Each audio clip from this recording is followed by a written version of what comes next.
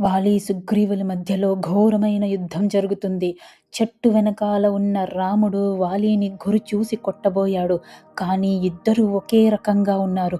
దానితో బాణం వేయలేకపోయాడు. సుగ్రీవుడు దెబ్బలు తిని పారిపోయాడు. రాముడు ఆయనకి విషయం చెప్పి ఆయన మెడలో ఒక గజపుష్పమాలను వేయించి మళ్ళీ యుద్ధానికి పంపించాడు. అప్పుడు గుర్తుపట్టి రాముడు బాణం వేసి గురి చూసి కొట్టాడు. ఏ బాణాలకి లొంగని వాలి ఒకే బాణంతో కింద పడిపోయాడు. అలా పడిపోయిన వాలి దగ్గరికి రాముడు వచ్చి ఎదురుగుండా నుంచున్నాడు.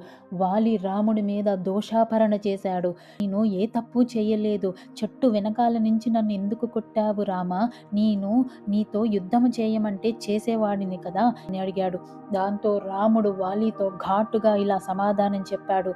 నువ్వు ఎంతో దుర్మార్గమైన పనులు చేశావు. నువ్వు ఒక మృగములాగా ప్రవర్తించావు. సుగ్రీవుడు భార్యను తీసుకుని నువ్వు సుగ్రీవుడితో పంపించకుండా తనని బలాత్కారం చేశావు. అధర్మమైన పనులు చేశావు. తమ్ముడిని చూడకుండా ప్రవర్తించావు. అందుకే నిన్ను ఒక మృగములాగా వెనకాల నుంచి కొట్టవలసి వచ్చింది అని వాలికి ఘాటుగా సమాధానం చెప్పాడు రాముడు.